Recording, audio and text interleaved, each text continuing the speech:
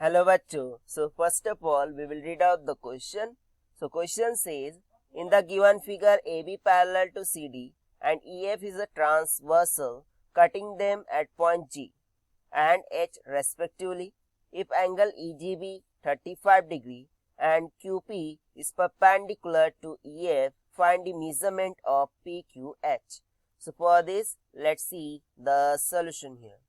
So simply question में हमें AB parallel given है CD के और वहीं पर EF क्या है, एक ट्रांसवर्सल है जो कि G और H पर क्या करता है, इंटरसेक्ट करता है AB और CD को रेस्पेक्टिवली। अभी यहाँ पर हम देखें सो EGF हमें 35 गिवन है, ठीक है। उसी तरह से जो QP है, यहाँ पर देखो ये जो QP है ये इस ट्रांसवर्सल पर यानी कि EF पर परपेंडिकुलर बता रहा है। तो सिंपली बोल क्या रहा है कि PQH, ठीक है, PQH यानी कि ये वाला जो एंगल जिसे यहाँ पर x डिग्री से दर्शाया गया है वो हमें फाइंड करना है। तो चलिए स्टार्ट करते हैं हम। So first of all let's see the key concept which we are going to use here in the problem. So first की कॉन्सेप्ट हम यूज करने वाले हैं angle sum property. Angle sum property. So angle sum property क्या होती है, sum of interior angle of triangle is 180, यानी कि कोई भी ट्रायंगल गिवन हो तो इसके जो इंटीरियर एंगल्स का सम है वो 180 के इक्वल होता है। सेकंड हम प्रॉपर्टी यूज करेंगे अल्टरनेट एंगल्स की। अल्टरनेट एंगल्स की। अब अल्टरनेट एंगल्स जनरली क्या होते हैं कि यदि दो लाइन पैरेलल हो और उनके बिटवीन में एक कॉमन ट्रांसवर्सल हो तो जो अल्टरनेट एंगल होते हैं वो इक्वल हो जाते हैं। थर्ड हम यूज करने वाले हैं लीनियर पेयर।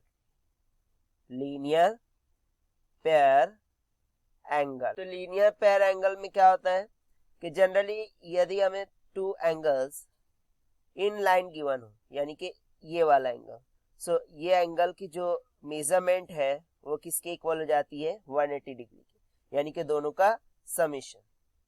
सो सिंपली हम स्टार्ट करते हैं यहाँ पर सोल्यूशन। तो सबसे पहले तो यहाँ पर हम स्टेटमेंट यूज कर लेंगे that is A B parallel to C D और वहीं पर सिंपली हमसे बोल रहा है कि ई एफ ट्रांसवर्सल है। ट्रांसवर्सल है। सो इस बिना पर हम क्या लिख सकते हैं कि जो एंगल ई जी बी है यानी कि ये वाला जो 35 का एंगल है, ठीक है, ई जी बी ये इक्वल हो जाएगा जी एच डी के। जी एच डी के यानी कि ये वाला, क्योंकि ये अल्टरनेट एंगल बना रहे हैं सो ये दोनों क्या हो जाएंगे, इक्वल हो जाएंगे, जी एच डी। अब ई जी बी कितना है 35, तो जी एच डी बी कितना हो गया 35 हो गया। Now from figure we know that the G H D and Q H P are vertically opposite angle, ठीक है। यहाँ पर जी एच डी यानी कि ये वाला एंगल और ये वाला एंगल क्यू एच पी दोनों क्या है, वर्टिकली अपोजिट एंगल है। सो ये भी इक्वल हो जाएंगे। सो यहाँ से सिंपली हम लिख देंगे एंगल जी एच डी ये इक्वल हो जाएगा एंगल क्यू एच पी के, that will be equal to 35 degree. और ये किस कारण से लिख रहे हैं हम, vertically opposite angle. Vertically opposite angle, ठीक है। अब नेक्स्ट हम क्या प्रॉपर्टी लगाएंगे, angle sum property. That means के यहाँ पर देखिए ये ऑलरेडी हमें बोल रहा है कि जो QP है वो EF पे कैसा है, परपेंडिकुलर है। दैट मीन्स के अल्टरनेटिवली ये जो एंगल है वो 90 डिग्री का हो गया।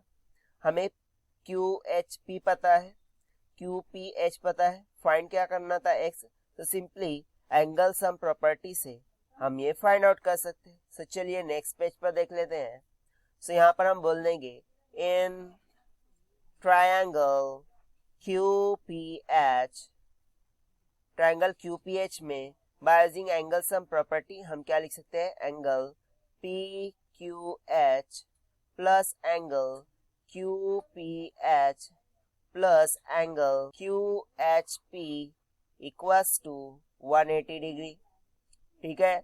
सो एंगल PQH कितना है x, plus angle QPH, QPH कितना हो जाएगा 90 डिग्री, प्लस एंगल QHP, ये हमने फाइंड किया अभी, कितना आया था 35 degree is equals to 180 degree. और यहाँ पर आप ब्रैकेट में इस तरीके से लिख देंगे कि जो एंगल QPH है वो 90 डिग्री है, बिकॉज हमें गिवन है कि QP परपेंडिकुलर है किसके, FE के, ठीक है, इस कारण से हमने इसे 90 डिग्री लिया। सो यहाँ सिंपली x इक्वल्स टू क्या हो जाएगा 180 माइनस 90 माइनस 35। सो सिंपली हमारे पास x की वैल्यू कितनी निकल के आ जाएंगी 55 डिग्री के इक्वल, कितनी निकल के आ जाएंगी 55 डिग्री। और यही हमारा क्या हो जाएगा required answer. So this is the required solution for this particular question. I hope you understand it well. Best of luck. Thank you.